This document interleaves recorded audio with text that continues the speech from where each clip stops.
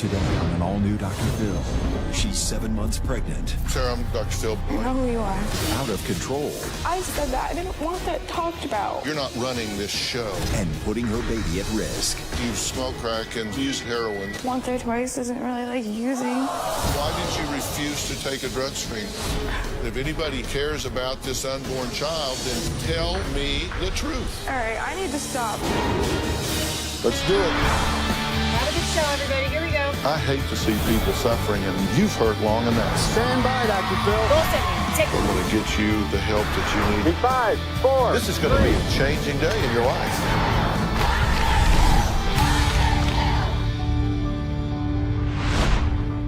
Take a look at these pictures. They are the aftermath of a fiery crash caused by a 16-year-old girl purposely leading police on a high-speed chase. She says she gunned the gas, flipped her rearview mirror, and blasted the music to drown out the sound of sirens.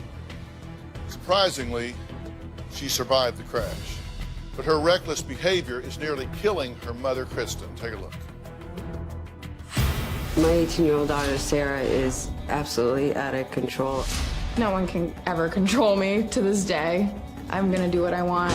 Sarah started using drugs and drinking in middle school. Sarah's drug use has escalated over the years, going from marijuana to pills to crack and heroin.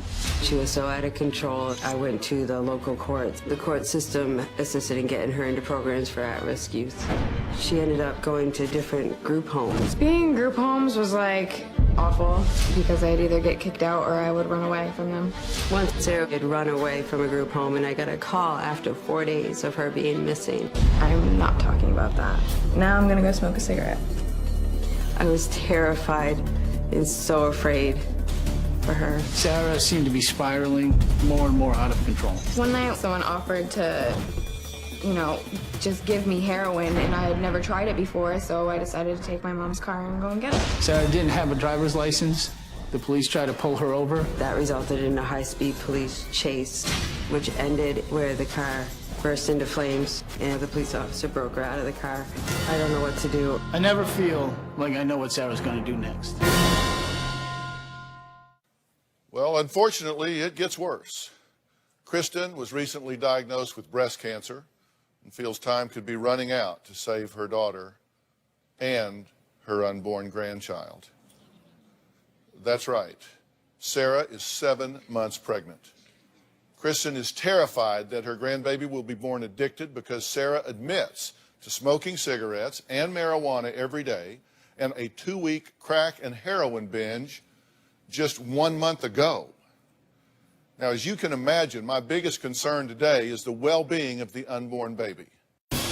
I couldn't imagine things getting any worse. 7 months ago, Sarah found out she was pregnant. I'm excited about being pregnant. I feel like having a baby will definitely help me get my priorities straight. Sarah is currently still using drugs. When I was first pregnant and I was doing drugs, I only used heroin and crack for 2 weeks. The only drugs I use at the moment is I just smoke marijuana. I do smoke cigarettes, at least a pack a day. The first time I saw Sarah high after knowing she was pregnant, my heart just dropped. I'm so angry at her for doing this to her son. Sarah says she only used hard drugs at the beginning of her pregnancy, but I no longer believe anything that Sarah says. Sarah is a drug addict. I do not feel like I have a drug problem whatsoever. I wouldn't say my life's out of control. I can smoke crack or do whatever, and then the next day I'll wake up and I won't even want it. I'm not so much afraid that this baby's going to be born addicted as I am that he's going to be born alive. My biggest fear with Sarah in her pregnancy is that she's done irreversible damage to that little boy, and she'll have to live with the consequences of that. Less than a year ago, Kristen was diagnosed with stage 2 breast cancer and has been undergoing chemo and radiation treatments. Kristen says her cancer diagnosis has not stopped Sarah's raging behavior. 8 months ago, I was diagnosed with breast cancer. Sarah will come home, slamming doors, and start with verbal abuse right away on her mother. I call my mom bitch, everything that I could possibly think of. I went through 12 rounds of chemotherapy and 33 radiations. Now that she has had cancer, she threw her own like sympathy party and expected everyone, oh, feel bad for me. I mean, millions of people have cancer. Like, I'm not gonna wait on you hand and foot. We're not gonna shine your shoes and brush your hair that's gone. My mom has used her cancer to gain sympathy from people. I feel like my mom just likes to play the victim in every situation she possibly can. I feel like she is making a bigger deal about her cancer than it really is. Sarah's upset whenever she doesn't get all the attention. It's all about Sarah all the time. I feel like my mom thinks the world should revolve around her because of her cancer. I don't think she thinks it does. I think she thinks it damn well should, but it is not going to in my world.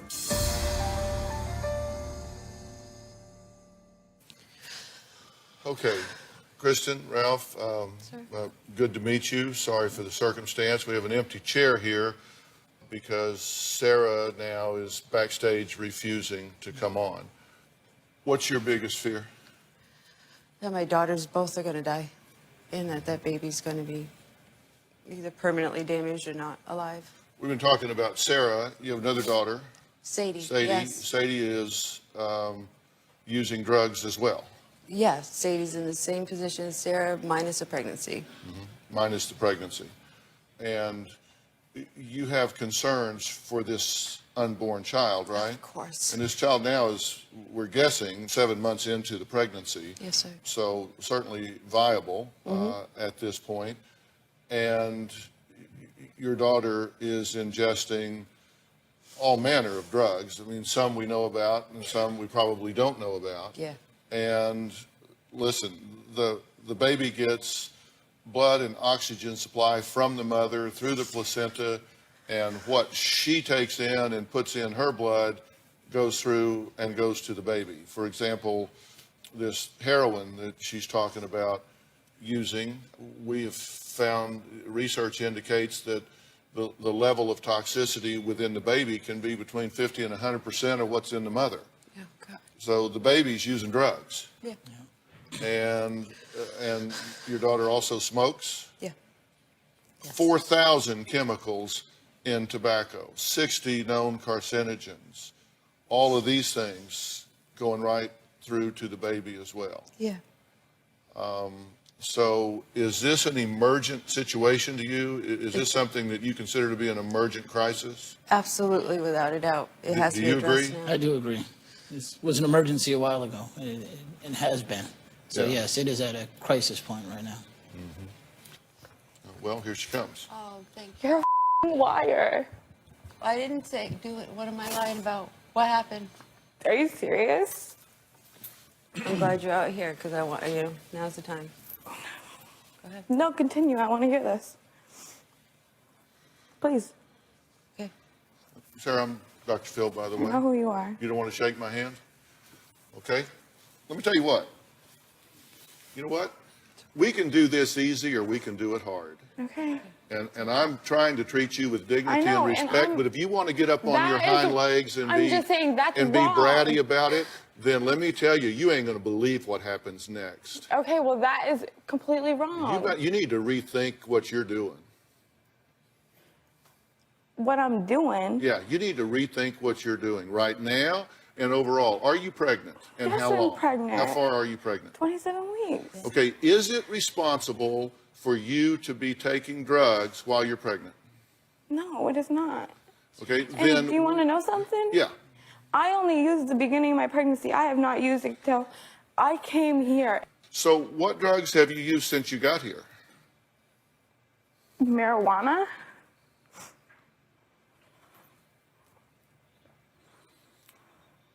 What else? I used cocaine twice.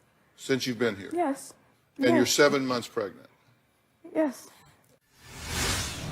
You said on the tape, you drug screened me and I'm clean.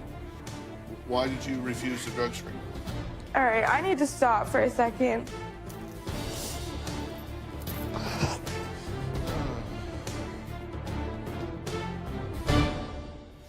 And later, she's saying she does drugs with you, and you know that your sister's pregnant. Yep.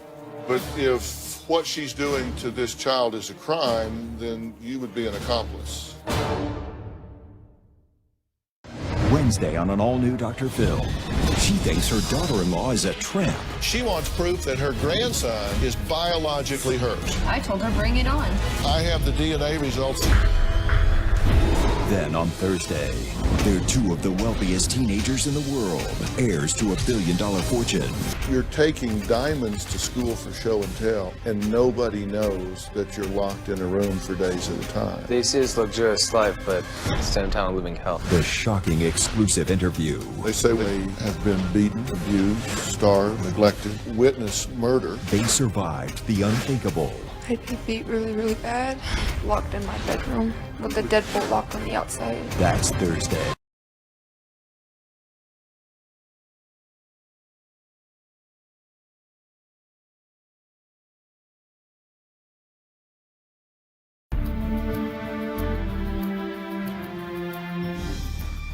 Now, when I say, are you using drugs, you went on a 2-week heroin and crack binge when you were 6 months pregnant, right? No, it was the beginning of my pregnancy. A month ago. Are you kidding me? Sarah, a month ago when you and your sister both were going out and doing that, and we know that's true. We know You know that what? Even if I sat here and told you the truth and said it wasn't, and you know what, Mom, you have it in your head, whatever you want in your I found head paraphernalia of how in your everything bedroom. is. There's You found paraphernalia in my bedroom when I had a friend over that was doing it. Mom, her boyfriend, you know that wasn't me. I know. You know that was not me. So Okay. do not even play that. All Don't right, well, stop. Let's you and I talk for a minute. Why don't you stay out of this for a minute? Yes, Because sir. we've seen the results of your management. You're right. You're right. Okay? Yep. So let me talk to your daughter for a few minutes here. Yes, sir. She knows it wasn't me. She Well, told me. see, that's deflection. I'm not interested in that. I'm interested in the fact that you say, oh, hey, it was early on in my pregnancy. Well, let me give you a flash. When you use those drugs in the first trimester of your pregnancy, brain, spine, and central nervous system are at risk. I know, and I feel like scumbag. Thank you. Okay? Yeah, well, you're welcome. Thank you No, I mean- for abusing this child. Okay, that's What I abuse. want. I'm sorry? That's not what I want. I was doing really, really good.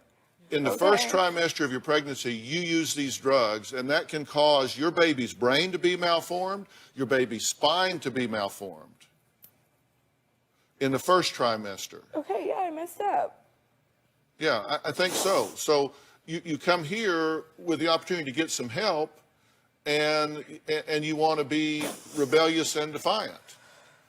I don't get that. You messed up. It would seem to me like you'd be saying, hey, listen, if you've got help and resources to help try to take care of my baby, to help me take care of my baby, I wasn't- then I would think sorry. you would be leaning into that instead of arguing with your mother. Let me tell you, your mother didn't take those drugs. You did. With you.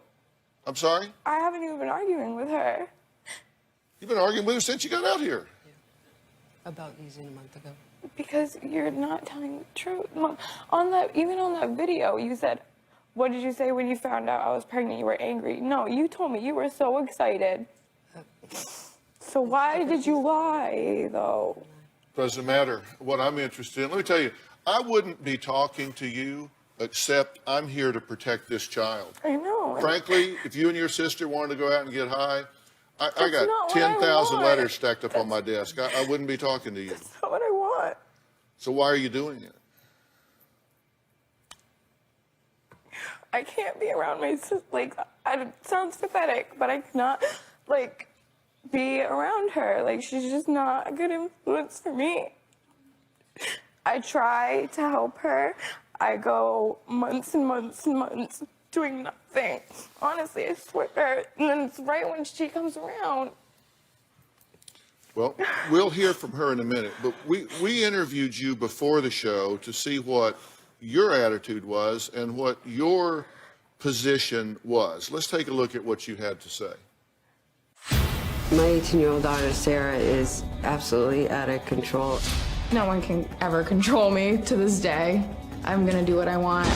Sarah started using drugs and drinking in middle school. Sarah's drug use has escalated over the years, going from marijuana to pills to crack and heroin. She was so out of control. I went to the local courts. The court system assisted in getting her into programs for at-risk youth. She ended up going to different group homes. Being in group homes was like awful because I'd either get kicked out or I would run away from them. Once Sarah had run away from a group home and I got a call after 4 days of her being missing. I'm not talking about that. Now I'm gonna go smoke a cigarette. I was terrified and so afraid Why would for her. I said that? I didn't. You said in that tape piece, I specifically said that. I didn't want that talked about. what? That whole subject, the situation. I specifically said it to several people. Well, unfortunately, you're not running this show. I know, but that and was you're not running my something staff, and you don't get to choose They asked what me. they talk about. These are adults. They can talk about what they want to talk about. I know, but they asked me if there was anything I didn't want to be aired to let them know. I swear to God. And that's what I told them. Like, that's a sensitive subject for me. And that was, like, what, how long ago? And it's not like, yeah, I ran away, yeah. There's a little piece of that tape that I want to replay. Watch this very closely. No one can ever control me to this day. I'm gonna do what I want. Nobody's going to control me. I'm going to do what I want. So that was a lie. That's because when I said that, me and the interview person were talking about my past and everything, and I said that I couldn't be controlled when I was younger, in and out of placements, which I haven't been for actually over it's been 2 years, and that's what I was talking about. Okay, when you got here, And what I mean by no one can control me to this day is, like, if I feel like something's not right, you know, I'm not gonna do it. But it's just some. where did you get the cocaine when you were here? When you got here, how'd you get it? You walked out of the front of the hotel, and what'd you do? I didn't get it. Who got it for you? Your sister Sadie? Yeah. Okay, she went out and got it for you, and came back, and you did it, right? Yeah. And did you get drunk? No. I don't drink when no. So you draw the line at drinking. You'll do cocaine, you'll do crack, and you'll do heroin, but you won't drink. I haven't done any of those things except for cocaine while I was here. I've been clean for months. Why did you refuse to take a drug screen this morning? You said on the tape, you can drug screen me and I'm clean. So we brought in a nurse and offered you to do a drug screen. Why did you refuse the drug screen? It's because everything's just so, honestly, like, I feel like you're, like, trying to get me to get mad right now, and I'm trying to get you to what? all right, I need to stop for a second, please. Like, I don't know. I just didn't hear what you said. You said I'm trying to get you to what? Can I please, like, just take a break for a second? Like, you guys, you don't understand. I'm, like, really overwhelmed right now. Like,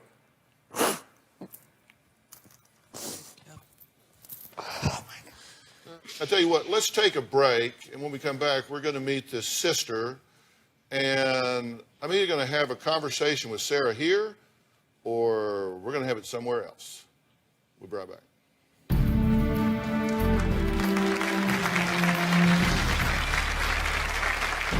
By the time I turned 17 years old, I was a full-blown addict.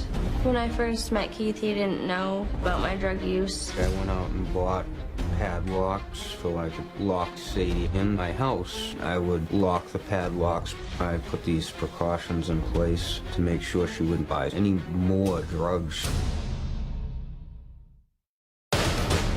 In 1 week, a family brutally slaughtered. Police say Penny Kathy and her 8 and 13-year-old sons were shot and stabbed multiple times before dying. The house was then set on fire. Police have arrested a 16-year-old daughter. She has told a lot of different stories about what happened the night that they were murdered, but today we're going to try to find out the truth. A Dr. Phil exclusive. They practically decapitate your mother, shoot and stab your brothers to death. Her plan was to have the entire family murdered. So what was Erin's reaction when she learned that her father had actually survived the brutal attack? I was shot 11 times. These are bullet wounds in your father's body. Have you seen these? This is where they shot him in the face. But is her father in denial? You know that she planned this, right? How do you transition from the daughter that everybody would dream of to plotting the death of your family? For the first time, the daughter speaks out. You needed them out of the way for a reason. What was it? When the girls were growing up, I was struggling. I really wasn't available to them because I was an active alcoholic. I was drinking nightly, probably 6 to 9 beers a night. I had my first drink when I was probably like a toddler. My mom, she used to leave her beers just sitting around Sadie, and I would just like walk up and just start chugging them. I thought I was a good mother. I really did. I was so caught up in the selfishness of alcoholism, I didn't know anything else. I feel responsible for not giving them a more secure childhood that caused them to have to make the decisions they do now. That was Kristen admitting that she feels responsible for how her children have turned out because she was busy drinking when they were young. We're looking here at an ongoing legacy, right? Yeah. I mean, you chose a bad path. Yeah. You just heard her say at 2 years old, she's picking up and chugging half-empty bottles. I had no idea. At 2 years old, you do know she was so stressed she was pulling her own hair out. Yeah. Yes. Right? Yes. You do know at 5 she's trying to jump out of a window. You do know that this child has had extreme stress in her life because of the choices that you've made. Yes, absolutely. Okay, so you reap what you sow. Yep. You did it, now she's doing it, exactly. And we are in real danger of this unborn child being born addicted. Yes. Do you believe that everything that you know about is what there is to know, or do you think there's more to it than No, I'm not claiming to know everything. I mean, she's very likely using more drugs than she's telling you about. Yes. Yeah. I mean, they weren't here for 24 hours before they were getting high. Yeah. And I know she's used more than just here. I mean, I do know that, and then I'm sure there's even more, you know, because no one's telling the whole truth. No one's even telling a little bit of the truth. Yeah. So I'm assuming we're not getting the whole truth. Yeah, we in fact got a notice of fine this morning from the hotel that we do business with. They're fining us $250 because of marijuana use in the room, because they've got to go in and redo the room. They've got to get all of that smell out of there and stuff because these girls are in there smoking dope. Yeah. Now, Kristen's other daughter, 20-year-old Sadie, also admits to using crack and heroin, even with her sister Sarah. Now, look, I'm no lawyer and I'm not in law enforcement, but I think when you recklessly endanger a child, that could well be criminal, and Sadie could well be an accomplice in that regard. We'll get to that later. Sadie says her boyfriend Keith has resorted to extreme control tactics to stop Sadie from using drugs.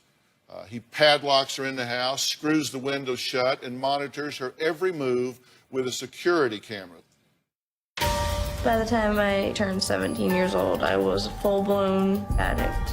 There was so much going on with Sarah. When Sadie started using drugs, I couldn't see it. My drug addiction progressed from pain pills to heroin to cocaine to crack. 6 months ago, I started dating Keith. When I moved into his home, I became pretty much a stay-at-home mom to his daughter. I would care for her when I was high on heroin. When I first met Keith, he didn't know about my drug use. I started to notice money missing. I took his debit card and I would take hundreds of dollars a week. She had taken at least $1,000 out of my pocket while I was sleeping. I hold not only Sadie accountable, but her sister Sarah as well. They'd go to the drug dealer, buy some crack or cocaine or some prescription drugs. This has made me totally lose trust in Sadie. I went out and bought padlocks so I could lock Sadie in my house. I went out and bought a safe to put my money in. I would lock the padlocks and I'd head to work. I put these precautions in place to make sure she wouldn't buy any more drugs. I haven't touched any drugs in about 2 weeks. Sadie last smoked crack last night. She's sick. She's gonna die. I've dug myself into a pretty big hole, and eventually I'm just gonna be buried alive and there's no way out. No, it's quiet. No, you can whisper to me.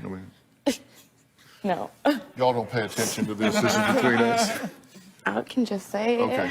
I'm 100% willing to give custody to my mom until I get my together. If this can just be done. Like, I don't know. I'm trying, like, I'm sorry. I know I don't. Oh my God. You understand. It's so hard. Like, if anyone's ever been in this situation, you know how hard it is. You do it a good job. Sarah, are you addicted to drugs? She's saying she does drugs with you, and you know that your sister's pregnant. Yeah. But if what she's doing to this child is a crime, then you would be an accomplice.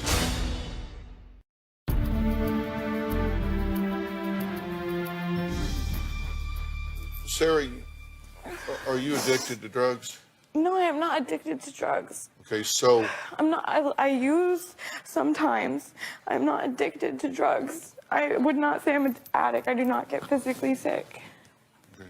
I'm here as an advocate for this unborn child. You get that, right? I Okay. understand. I would too. And I listen and hear things that not other people hear, and I've been doing this for a long, long time. Yeah. I just asked you if you were an addict. You said no. I use sometimes, and people that use drugs aren't all addicts.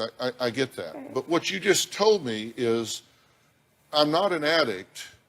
I just choose to use sometimes and other times not. I don't have withdrawal problems, It's just, right? honestly, it's when I use them, I'm with my sister. Okay, well, I'm going to get to her in a minute. But since you say you're not an addict, then that means you choose to use. Addicts get to a point where it becomes an involuntary craving, an absolute must have, Yeah, physiologically, psychologically, sociologically, behaviorally, every way.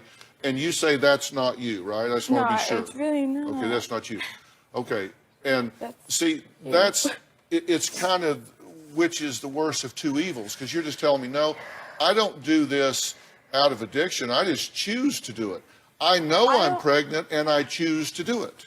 I don't know why I choose to do it with her. I don't do it when I'm not with her. I don't know what makes me choose to do it when I'm with her. I just. What would we have found in your drug screen this morning if you had agreed to step up and take it like a responsible mother, so I could get the information that I need in order to take proper detox steps to protect your child? What would we have found? Cocaine. So why wouldn't you take it? Just because it's just overwhelming. Everything's just overwhelming right now. I'm really stressed See, out. I didn't I didn't want you to take the drug screen to impeach you, because I don't need that. Because you've already said you've done heroin, you've done crack, you're smoking marijuana, you're smoking while you're pregnant. You've told me all of that. I wanted that to see what levels were and what chemicals were in your body, so I would know what would be important prenatally for your child. I understand. I don't know. I Sorry? understand that. Yeah, but you still said no, or you just mean you understand it now, but you didn't then. I understand it now. Yeah, will you take the drug screen now? I just don't. Okay, think about that one. She's saying she does drugs with you. Are you an addict? Absolutely, 100%. Yeah. There's And no control anymore. I'm sorry? There's absolutely no control. Yeah. And you know that your sister's pregnant. Yeah. But if what she's doing to this child is a crime, then you would be an accomplice. Yes, because we kind of feed each other's demons. Like, that's the most Which I is can why explain it. Because you admit that you've smoked crack and snorted heroin with your pregnant sister. You smoke marijuana with her daily, right? Pretty much. Not daily. I'm sorry? Well, not for like a while. We just started hanging out again. You've used Percocet, cocaine, and heroin, right? Yeah, I mean, the heroin was like literally like 6 months ago, honestly, like, or maybe a little less. Yeah. Honestly, like, I haven't been addicted to it for a while. I got that out of my system. Are you high now? No, last night, to be honest. Last night you were high. What'd you do last night? Sleeping pills, like, it told me to put me to sleep, but it made me, like, kind of slow. Uh-huh. You know, we heard a tape piece from your boyfriend, and he says it's gotten to the point that you're just stealing from him, right? Yeah. Well, Sadie's boyfriend, Keith, is here today, and I have a lot of questions for him as well. She's stealing things from you, right? The last thing she stole was a digital camcorder I had. You just assume she sold it for crack. Crack, heroin, some, Right. you know, Percocet, whatever.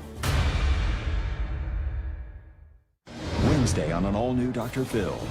She thinks her daughter-in-law is a tramp. She wants proof that her grandson is biologically hers. I told her bring it on. I have the DNA results. That's Wednesday.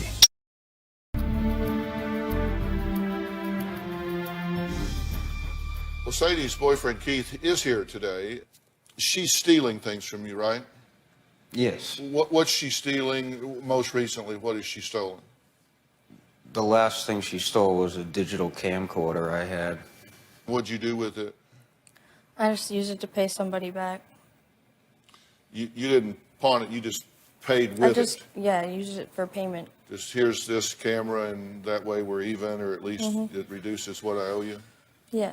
What's your understanding about what she did with the camera? All I know is that it was there in the morning when I left for work, and I came home and it was not there. Yeah, you just assume she sold it for crack. Crack, heroin, Suboxone, Right. you know, Percocet, whatever. You did take a drug screen. You tested positive for THC, cocaine, and meth. And you tried to water the urine down to sabotage the test, correct? Correct.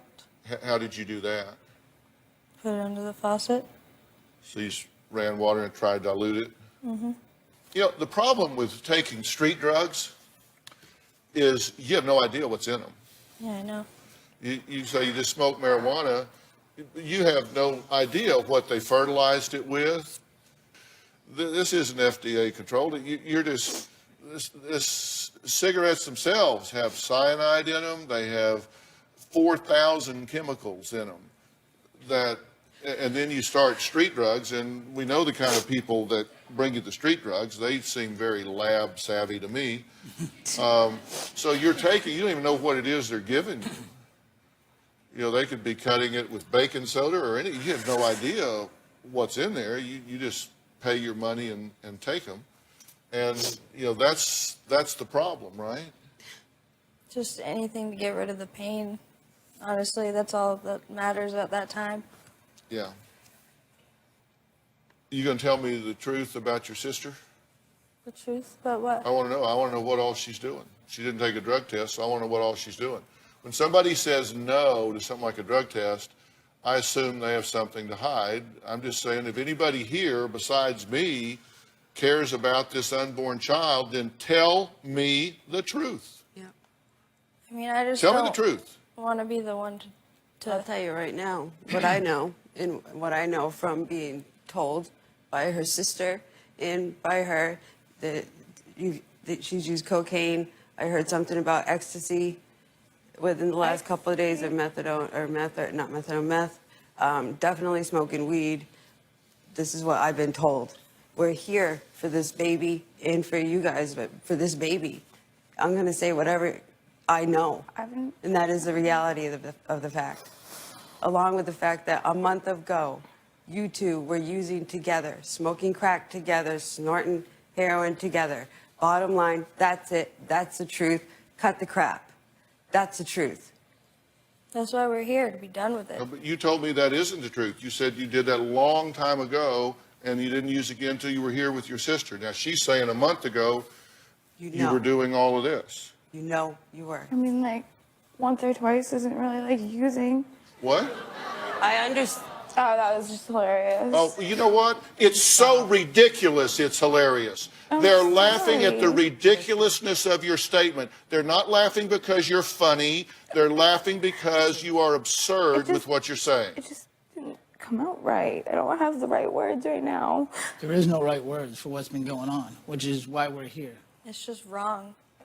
Why do you think I took the initiative before we even came out here to get into counseling? And I already have it set up. Why do you think I did that? What counseling do you have set up? The anger management that starts on the 28th of January? No, I have the anger management and I'm waiting for a call back on drug counseling. If you're not an addict, why do you need drug counseling? I just want to learn about it, you know, like. Ignore it. How's that? The laptop was missing from our house last week. That was traded for crack cocaine. I did not steal it. You're wrong. Sarah, That never happened. It did happen. I know for a fact you took it. If you are going to be in the Los Angeles area and you would like free tickets, go to drphil.com and click on Be in the Audience. Or call 323-461-PHIL. That's 323-461-7445.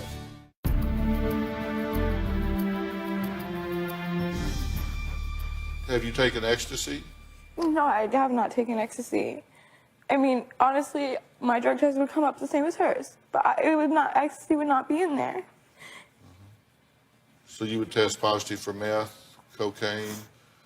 Yeah, but, yeah. Crack. Crack? No, no crack. Not this weekend. Not this weekend, but a laptop was missing from our house last week. That was traded for crack cocaine. We know that. What? But the laptop ended up coming back. We know the story. Okay, well, What is the story? Probably not. Sarah What is stole the my story? iPad and traded it for cocaine. Sarah did? No, I did not. Last weekend? No, I did not. I helped you look You for tried it. to sell it to somebody, and then you didn't give it to them when they offered you cocaine. Okay? No. Yeah, and then you No. went and told that person your father you're was wrong. wiring you a couple $100 and you got more cocaine. No, You sound you're familiar? wrong. No, you're wrong. Sarah, That you're- never happened. It did happen. It It did not absolutely did happen. I know what happened, and that did not happen. you I did tell not us. take your iPad. You absolutely Last did. time I saw it, it was on the dining room table. Dr. Phil, Ralph. the counseling that's set you up. told my mom it's between me and your marriage. Okay? I've done nothing to you. The counseling that's set up in the future is too long for me to wait. Getting to this show is almost too long for me to wait. I really appreciate it. I know you get a lot of letters, and I appreciate it. And when she stole in the house, I don't. I've never. It was a line that I was just like, we can't go here because I know it's going to keep going. So I know for a fact you stole it. That is not even. Okay, well, I have texts from my mom saying I know you didn't do it. I don't care about those. I know for a fact you took it. Well, I did. Did you see me take it? No. There were only 3 people in the I did room, not and it take ended it. up 3 streets away from my house. Whatever. I'm not even humoring this No, anymore Green Street. because you guys are incapable of telling the truth. Sadie, you're coming close. You are. Thank you. I just don't but want really to. cross it. No, because this is enough. I mean, like. I'm not even lying. Like, I'll tell the truth about myself. She can tell the truth about herself if she chooses, but I'm not going to do it. They don't choose to. nephew who's I know. going to die. Going to die? Like, really? Look, I knew it would don't happen. respond to victim role. I'm trying I'm to not help trying you. to be the victim. I I'm know trying to what I help did you. wrong. And, I'm trying to but I did help not you here. steal. I'm trying to help you here and help your baby. Okay? Yes, You and I'm need trying help, to help too. and your baby needs help. Trust me. And your mother says the baby could be dead or damaged. You go, what? Dead or damaged. He's Well, thank is God. active all the time. Thank God Every for your doctor's appointment, it says he's growing healthy and everything. Your behavior leading up to today and today is, to me, addict behavior. You said all of these doctor's appointments. We ask you for your doctor's contact information, name and number. Nope. What? I Won't didn't say give- no. Yes, you Yesterday. did. For my Yesterday. What? We asked you about the midwife. You Who said called? no. Nobody I won't called give me. to My you. phone shut off. He called me and I asked you. And you said no. Oh. Okay. Now, were you asked for that information and did you say no? I was barely even. I don't know. I don't know. You don't know. But I didn't even use yesterday. I just don't know. Like everything is just so overwhelming and like stressful, and it's been like so Honestly, before we came Okay. here, we didn't use for 2 One weeks. of my staff Either one of us. asked you for that information and you refused to give it to her. I can have that person come out here and confirm that if it would help you organize it in your mind. For my medical records? Do you remember talking to Lauren? You remember Lauren asking you Yeah, for I your know. midwife's information and you said Yeah. no? Well, no, I don't remember saying no because I wouldn't say no to that. Why would I say no? Don't know. I'm pretty sure I didn't. My phone's been shut off, and I don't remember ever telling you anything about that. It was yesterday. I don't You remember were telling on you anything Hollywood about that. Boulevard, you refused to get on the phone, you were asked the information and you screamed out no. What do you need that for? How specific we were do we on need to Hollywood get? Boulevard, and we were walking, and I was aggravated because she kept snapping at me, and I just said, I don't want to talk to anyone on the phone right now. Like, I just don't want to talk to anyone on the phone right now. That's it. I did not say no. I didn't want to give her the information. You know I didn't. I said, I don't want to talk on the phone right now. Yeah, what the F do they You need said that for? you said no, it's Okay, not but- relevant. Okay, yesterday, was I not in a bad mood yesterday? Okay, this I isn't an was essay very question. Did that angry. happen or not? Yeah, but it's because this is why I need to work on my anger. When I'm angry, I just say things, and I just need to get back to it We've later. wasted 5 minutes for you to say yes, that happened. Because it's hard to explain. Like, No, it's only hard to explain if you're trying to deflect No, and I'm not. confuse. I'm- It's not hard to explain if you just tell the truth.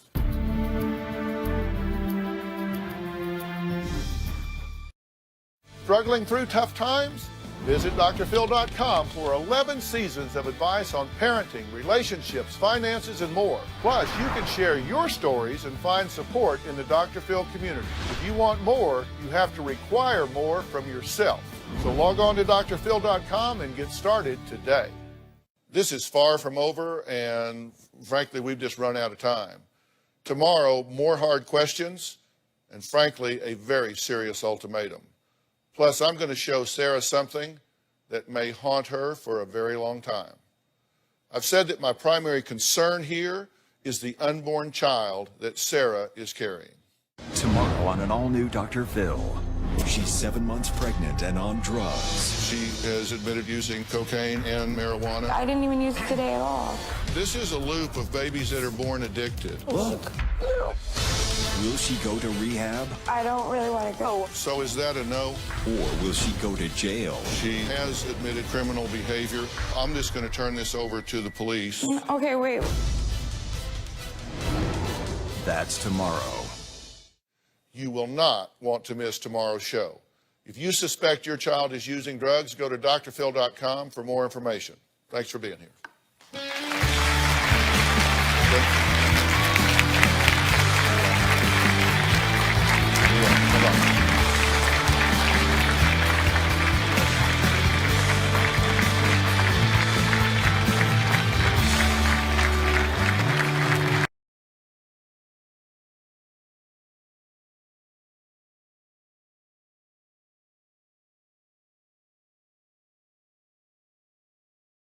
Today on an all-new Dr. Phil. She's 7 months pregnant and on drugs. She has admitted using cocaine and marijuana. I didn't even use it today at all. This is a loop of babies that are born addicted. Look. Will she go to rehab? I don't really want to go. So is that a no? Or will she go to jail? She has admitted criminal behavior. I'm just going to turn this over to the police. Okay, wait. Let's do it. Have a good show, everybody. Here we go. I hate to see people suffering, and you've hurt long enough. Stand by, Dr. Phil. I'm going to get you the help that you need. 5, 4. This is going to be a changing day in your life.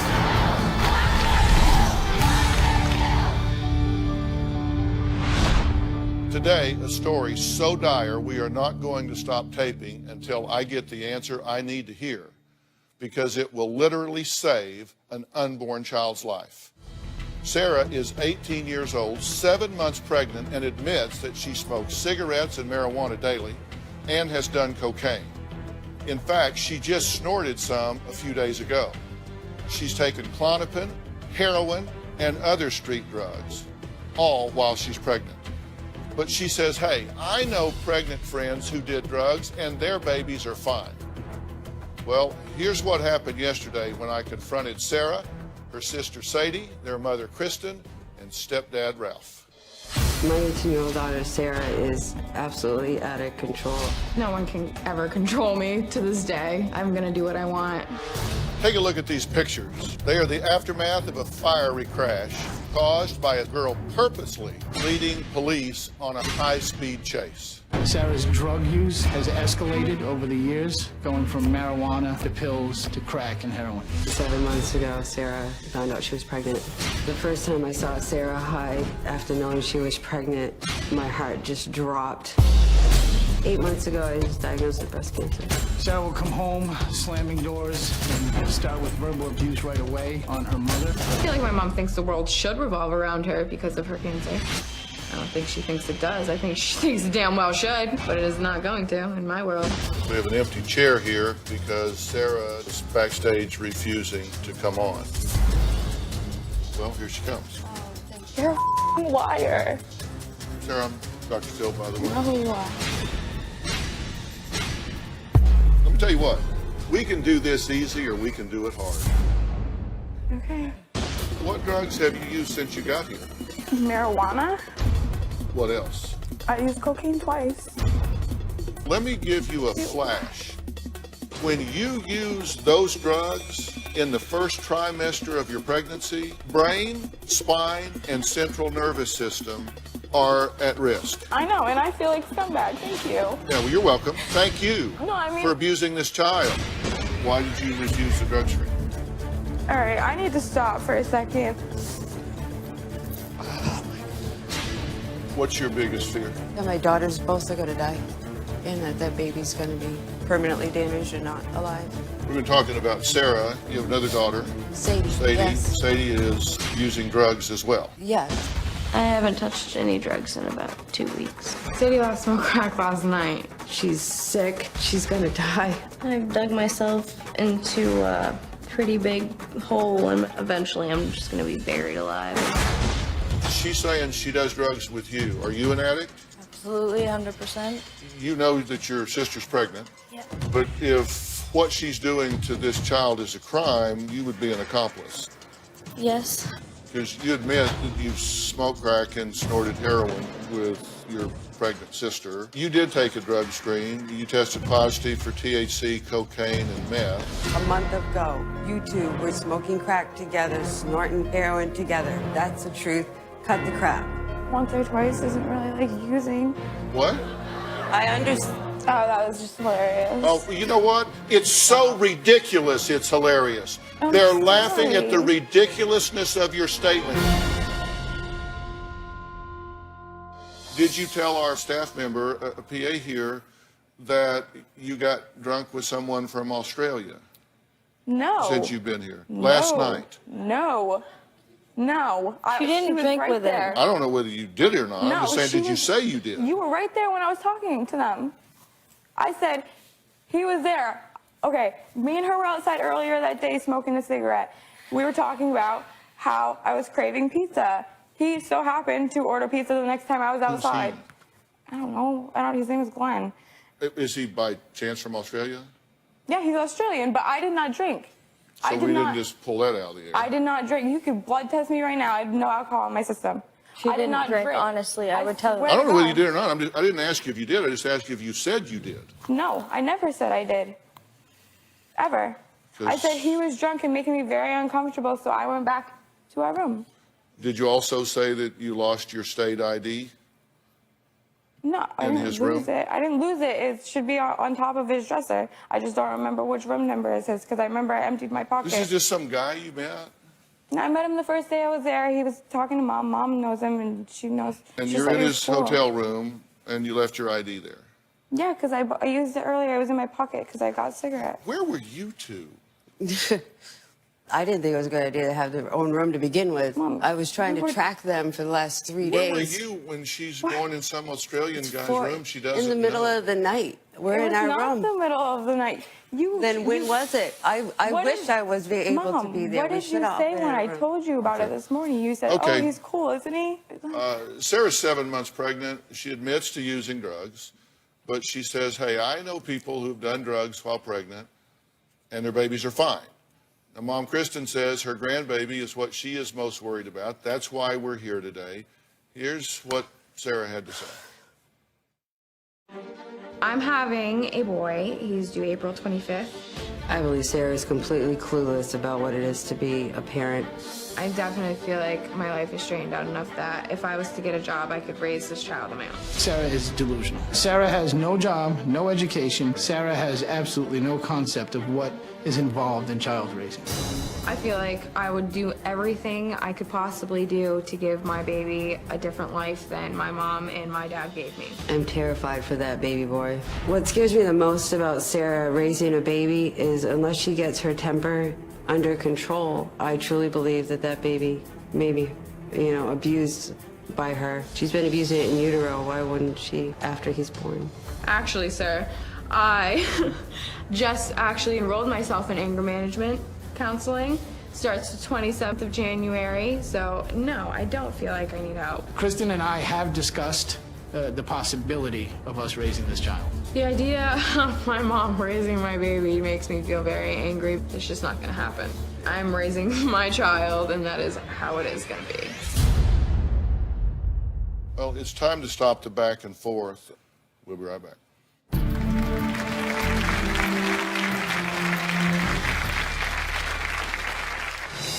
Our rules for the house, there's no drinking, no using drugs. I believe if you don't want to live by the rules, you can move out of the house. I hold my ground with Sarah, and Kristen does not back me. Sarah knows how to manipulate me. I have heard Sarah tell her mother how you're going to feel when you can never see this child. I'm a pushover.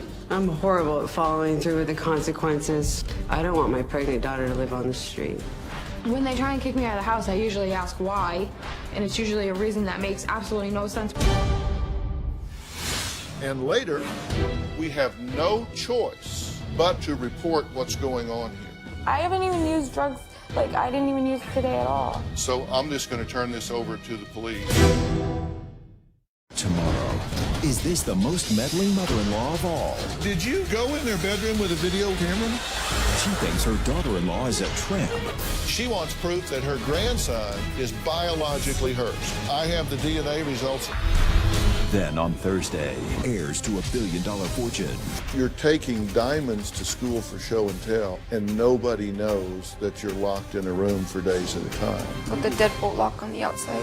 The shocking exclusive interview. They say they have been beaten, abused, starved, neglected. They survived the unthinkable. They were small and frail, very underweight, had a lot of dark circles under their eyes. You pick you up by your ankles like this. And he would drop me. On your head. That's Thursday.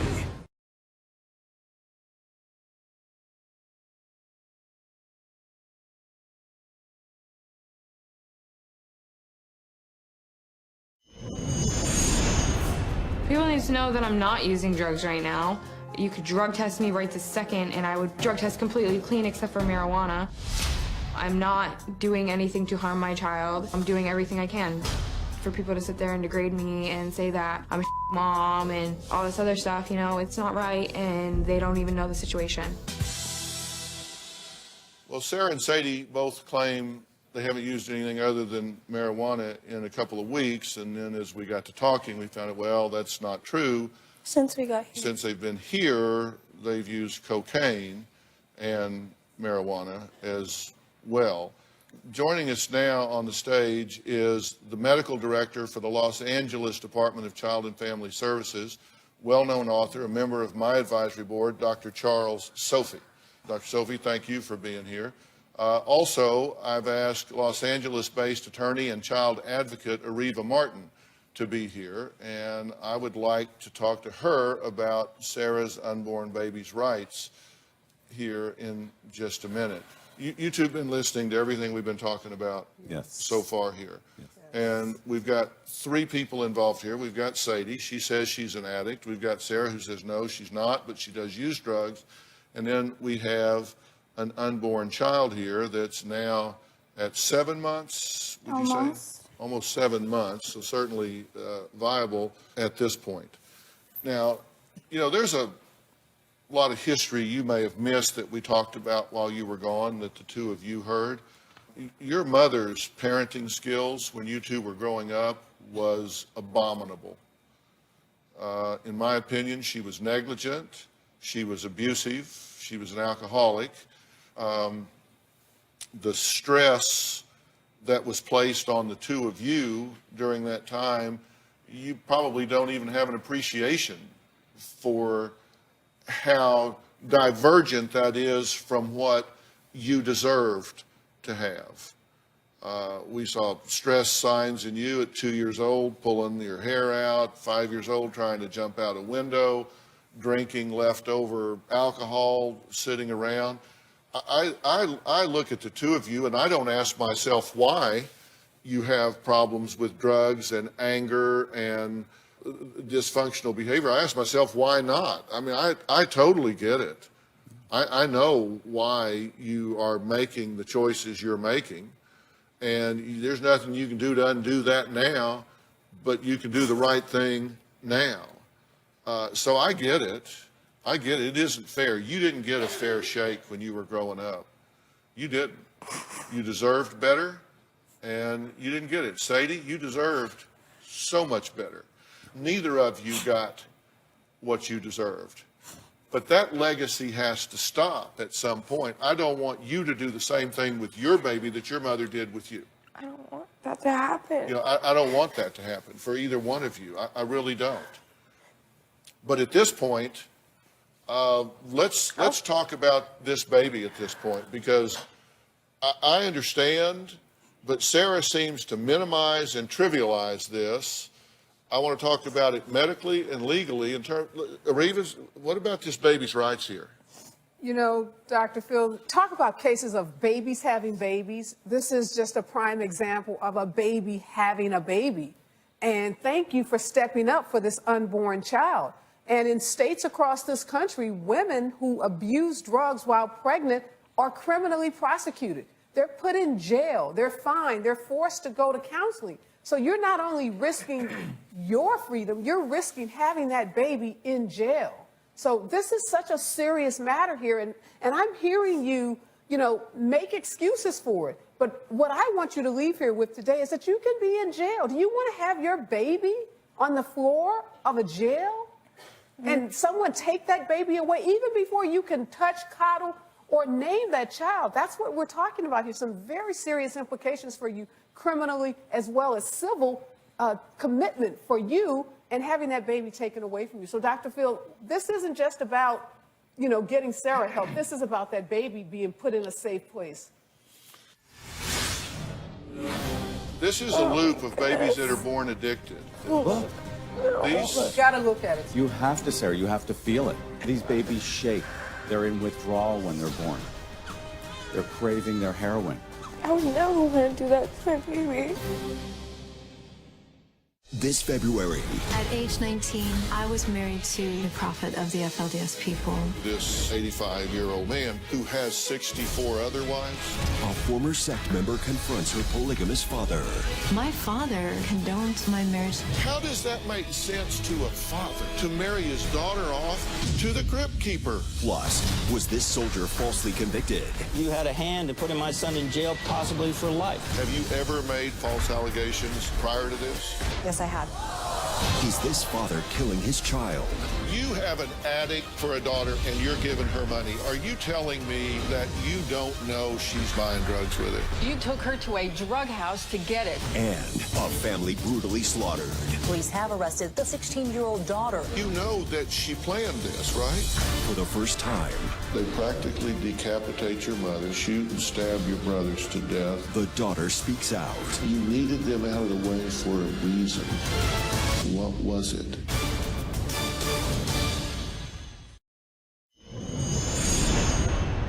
I I do know that using drugs of any sort is not okay when you're pregnant, but I am good friends with people that did use when they were pregnant, and their children are perfectly fine. They have no problems. That does not mean that I think that my son isn't going to have any problems. He very well could, but it's not going to change the fact that, like, I still am going to love the shit out of him. And Dr. Sophie, I want to talk to you in a minute as the medical director of the largest Department of Child and Family Services unit in the entire United States. You are the medical director of that. I want to talk to you about that aspect of it in a minute. But first, I want to talk to you about this from a medical standpoint, because I think Sarah, in her mind, just because she doesn't know, I don't think she's trying to be hard-headed about it, I just think she doesn't get the ramifications of what she's doing on this unborn child. From a medical standpoint, what are the risks here? I mean, the earlier in the pregnancy that you insult that child with drugs, alcohol, whatever it is, you're risking the development of their spinal cord, their brain, their vital organs, kidney, liver, all that stuff. You have put, from birth to at least the first trimester, about 10 or 20 barriers in this kid's way already. We don't know what the ramifications are going to be. So, I mean, from a medical standpoint, every puff you do, every snort you take, you're adding another problem for that child. Do you get that? Yeah, I get that, and I didn't know that. This is not to scare you like we're just making noise. No, You're I know, killing and this I'm not baby. trying to make excuses. I'm not. This is a loop of babies that are born addicted. I want you to, everyone, just take a look at this. Look. You got to look at it. You have to, Sarah. You have to feel it. Because that's what's going to make an impact for you. And I wish we could show her, Dr. Phil, women on floors in prison delivering babies. That's a reality. Okay. Sarah, these babies shake. They're in withdrawal when they're born. They're craving their heroin. They can't suck. They can't eat. They get diarrhea. They vomit. They don't gain weight. They don't bond to you because they're too busy neurologically. There's so much noise going on for them. And then they have delays. Often they don't talk. They suffer from mental retardation. That's the reality of why I agreed to talk to you. Because I don't think any young woman with a clear view of what the risks were would make the decisions you're making. I think if you knew then what you know now. I would never want to do that to my baby. Okay, but so you've learned something here today, right? And I'm so sorry. Like, I cannot wait to tell. Like. And the fact is, it may not be too late, because what needs to happen at this point, and Dr. Sophie, help me out here, I don't want to get out of my lane, but what needs to happen at this point is a very different type of prenatal care, a very different regimen that could bolster this baby and close any gaps that may have happened. There are things that can be done remedially that can help this situation. And, you know, your baby may be completely fine. We don't know. We need to know. There are certain people that are mandated by law to report abuse and neglect and endangerment of a child. We have no choice but to report what's going on here. I haven't even used drugs today at all. Monday, a family brutally slaughtered. Police say Penny Caffey and her 8 and 13-year-old sons were shot and stabbed multiple times before dying. The house was then set on fire. Police have arrested a 16-year-old daughter. She has told a lot of different stories about what happened the night that they were murdered, but today we're going to try to find out the truth. A Dr. Phil exclusive. They practically decapitate your mother, shoot and stab your brothers to death. Her plan was to have the entire family murdered. So what was Erin's reaction when she learned that her father had actually survived the brutal attack?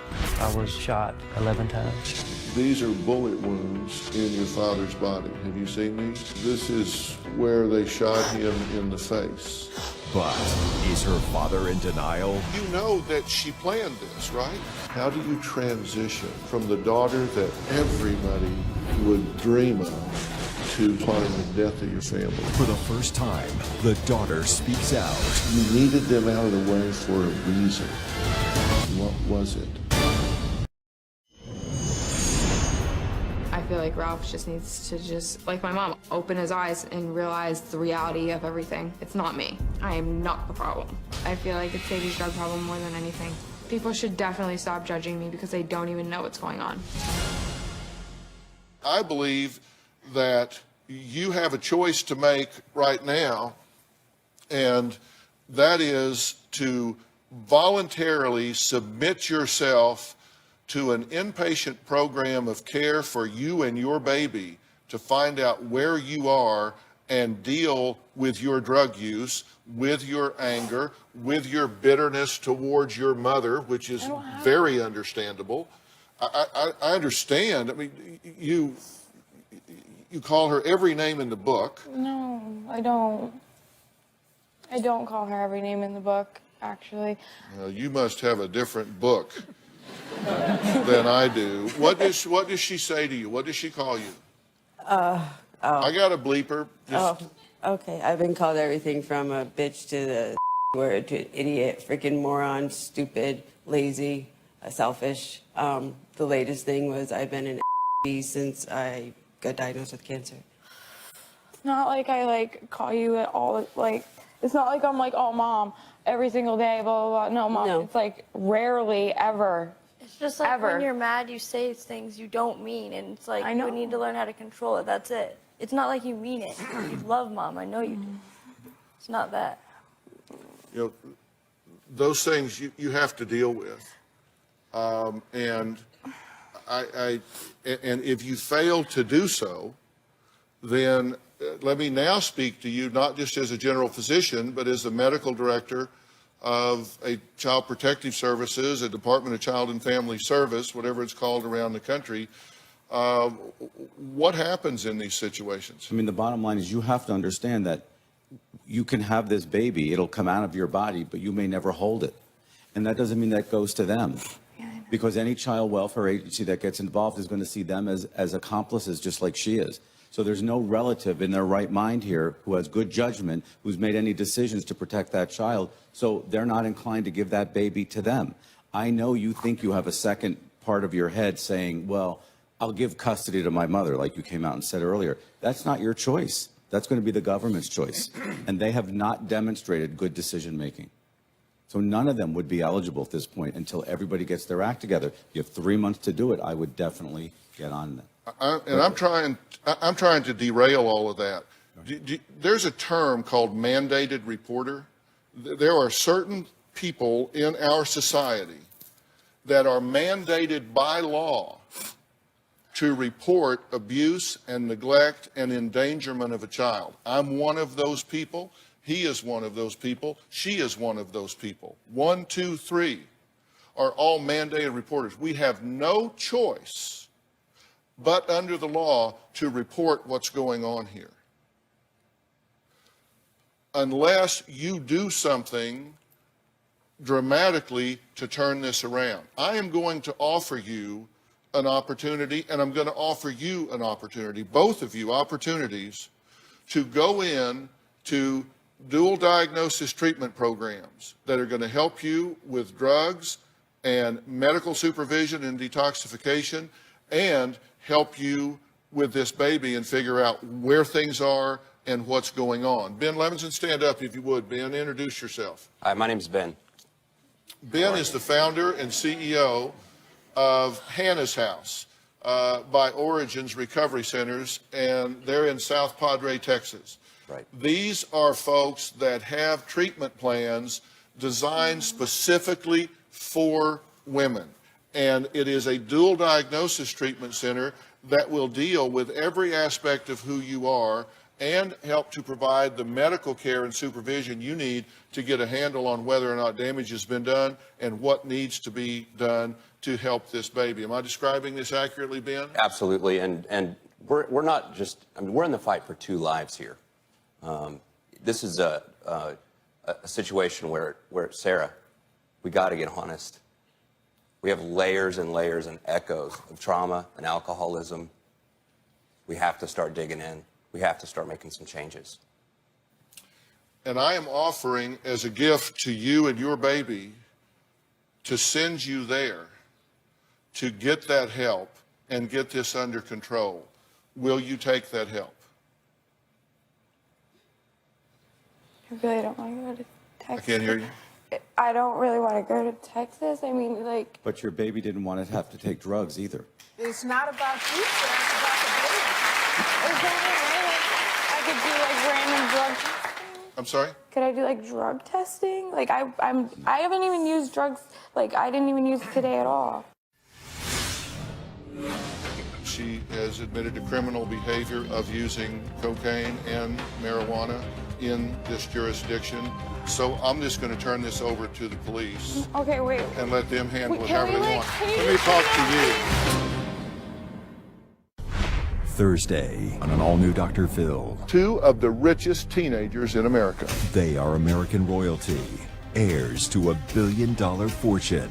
You're taking diamonds to school for show and tell, and nobody knows that you're locked in a room for days at a time. They are breaking the silence on one of the country's best-kept secrets. And we're tied up, duct taped on cement floors In this basement. in the middle of winter with a deadbolt lock on the outside. The shocking exclusive interview. How long would you go without eating?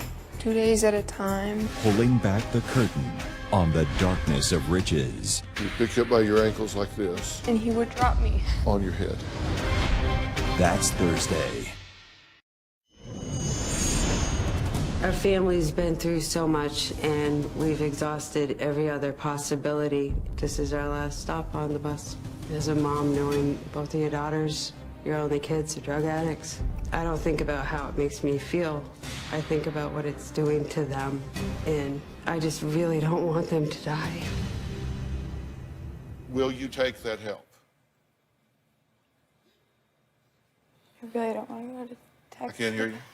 I don't really want to go to Texas. I mean, like... But your baby didn't want to have to take drugs either.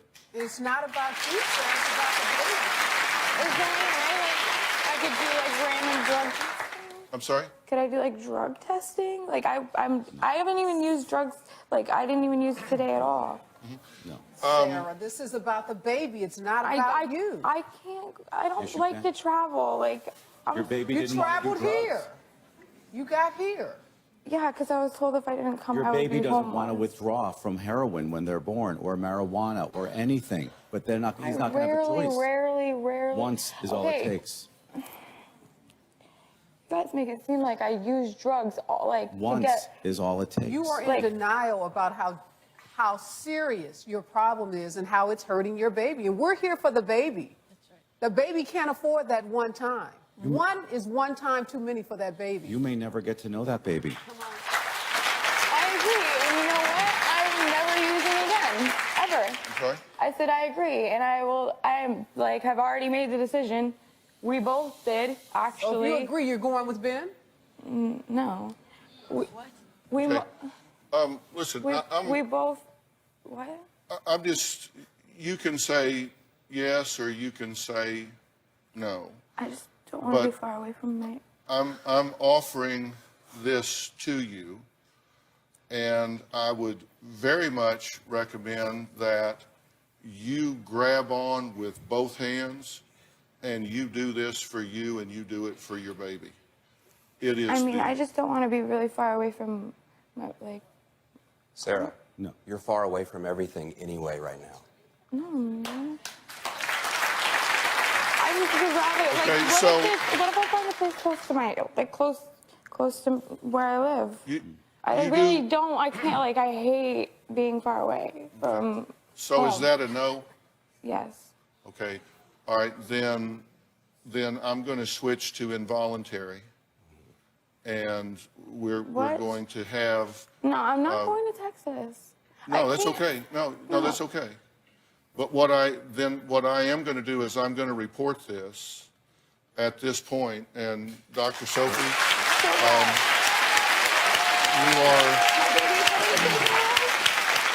My baby's gonna get taken away? you are the medical director of the Department of Child and Family Services here. Consider this a report. Yep. Go. You have heard the whole thing. You have read the entire book. You know what is done.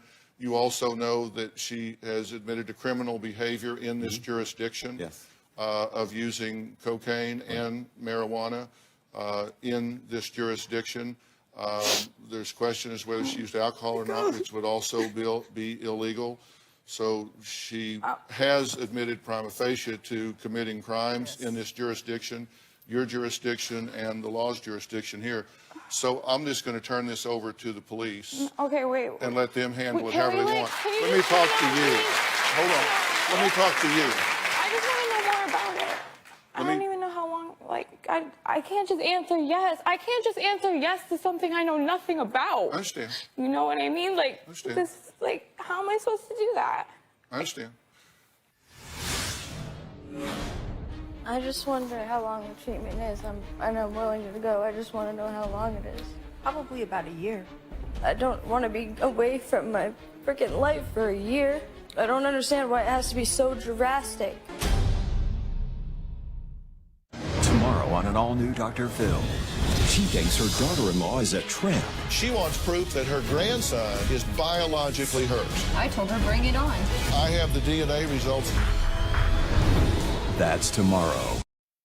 We can't do this show without you, our studio audience. If you're going to be in the Los Angeles area and you would like free tickets, go to drphil.com and click on Be in the Audience. Because we have a lot of fun here, don't we?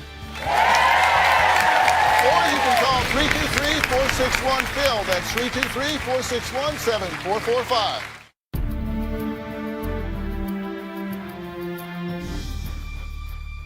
Let me talk to you. Okay.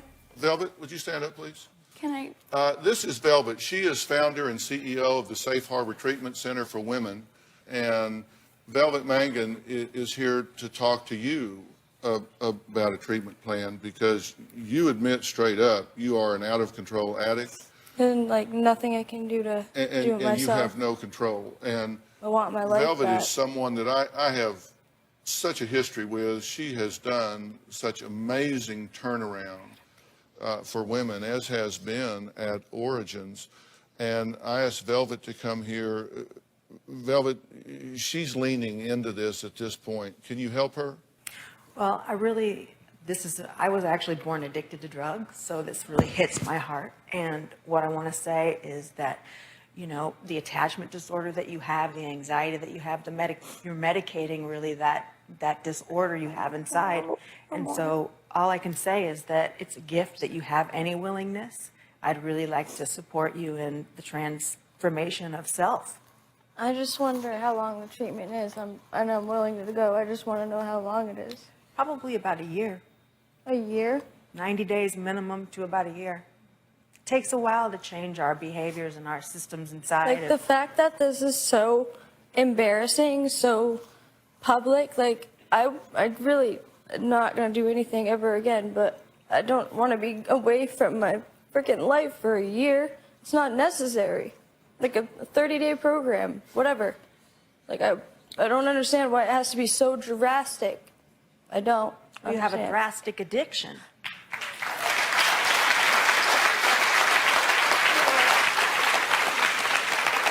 I think we should both learn more about. You want me to be gone for a year? Honestly, would you love that? Okay, let me fill in some blanks here. 90 days is fine, not a year.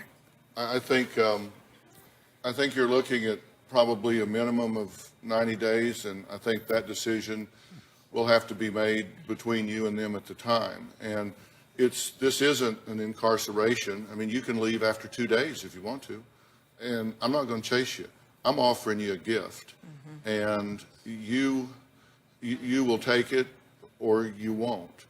And this is a wonderful place, and I have every belief that you're an intelligent young woman, and I think you and these folks, once you get there, will come to a mutual decision about what you need to do and what you don't need to do. You may never go back to the place that you have all these triggers for drugs and drugs connections and all of that. That may be your choice ultimately, but right now, I am offering you the opportunity to go there. Velvet is saying this is a minimum of 90 days. It could be much longer. But you understand, you're not being locked away. You can leave anytime you want to leave. Yeah, but I'm in California. Like, what am I going to do? Oh, I give everybody a round-trip ticket. Right. I mean, I flew you out here. I'll fly you home. I'll fly you home today if you want to go home today. Kind of. Like, I just want this to be over. Yeah. You know, we understand, all of us, that you two are all you have. You're your family. We get all that. That she did not do what she should have done. You're all each other has. We get all that. But you got to break it. It's not healthy. I'm going to let both of these young women take a deep breath and think about the offer that's been made to them, and we'll get the final decision when we come back.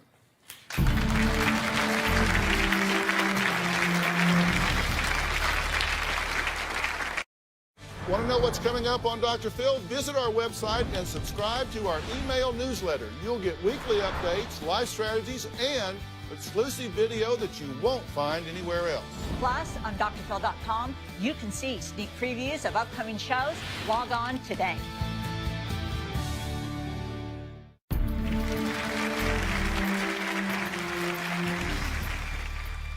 So, Sadie, I'll ask you first. Do you want to take advantage of that offer to get yourself back on the straight and narrow, or do you not? I mean, of course, but why can't I do that close to the people that I love? Because the one I'm offering you is here, and I don't want you close to the people you love. I want you away from the toxic history and pattern that you've had, the ability to stand on your own 2 feet. And interestingly enough, your family will be involved in this treatment program, and they will be there, and They're not going to be there, though. they'll be a part of that. So it's a scary step, and it's a big step, but that's what I have available to offer to you. So it's either return to your addiction or make a choice to get healthy. And yeah, but what if, I know it sounds stupid, but like, what if this whole experience is enough to be like, I'm done, I don't want to do this? Well, let me say, I've been doing this for 35 years, and I know 2 things. 1, this whole experience is not enough, and 2, I'm not going to talk you into it. I'm offering you a gift, and if you choose not to take it, Keith's not going to let you come home. You're sure not going back there. So you've got to find a place. And listen, look at me. At least look at me. You don't have to do this. If you don't want to do it, don't do it. It's okay with me. Don't do it. I'll do it. I don't care.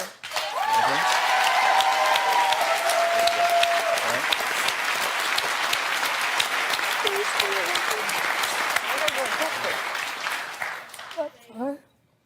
Listen, I know it's scary. I'm glad you made that decision. Sarah, I'm calling on the same decision from you. I mean, it's scary. Would it be for the rest of my pregnancy? Absolutely, for the rest of your pregnancy, Yeah, Sarah. well, Yeah. Is that, Yeah, so we have appointments with OBs in Texas set up immediately. We have a nurse here, an RN, to escort you back to Texas into the care of a whole team of physicians and clinicians. We have an OB on staff. For the last 3 months? Therapists. Sarah, you're in a women's only program surrounded by women who are all in recovery. The professionals are all expert in exactly what you need. And Sarah, we have a lot of work to do. This is an awesome day in your life. I know it's really uncomfortable, but you know what? It's also rather beautiful. Yes. Let's take a journey, Sarah. Do it so far. It's so far. Listen, I'm real uncomfortable begging somebody to save their own life. No, my answer is like, yes, but I just want to know more.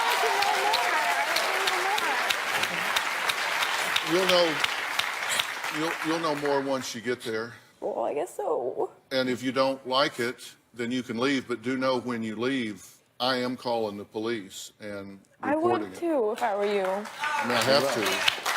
I don't have any choice. I have to protect your baby. I'd like to thank Ben Levinson from Hannah's House by Origins Recovery Center in South Padre Island, Texas, and also Velvet Mangan from Safe Harbor Treatment Center for Women in Costa Mesa, California. These are two, in my opinion, top-notch treatment facilities. Also, a special thanks to Dr. Charles Sophie and attorney Ariva Martin for helping me with this family and with this baby.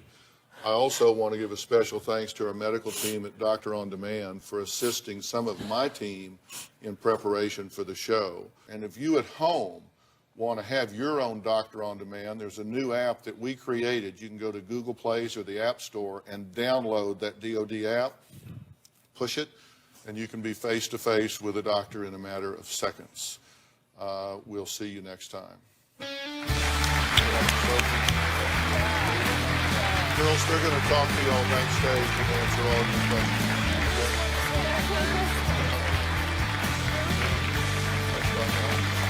Thank you. Pam, thanks, Velvet. Thanks so much, guys. Thank you all so much. Appreciate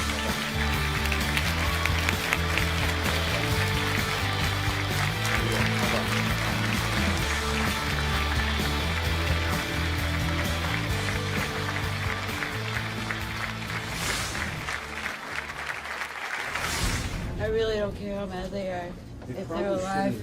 I'm concerned about not smoking weed because I have since I was 15, and I have really bad anxiety attacks. I am so proud of you, Sadie. This is such a gift. It's such a miracle. It's okay. You are going to be awesome. I'm so proud of you. That took so much courage.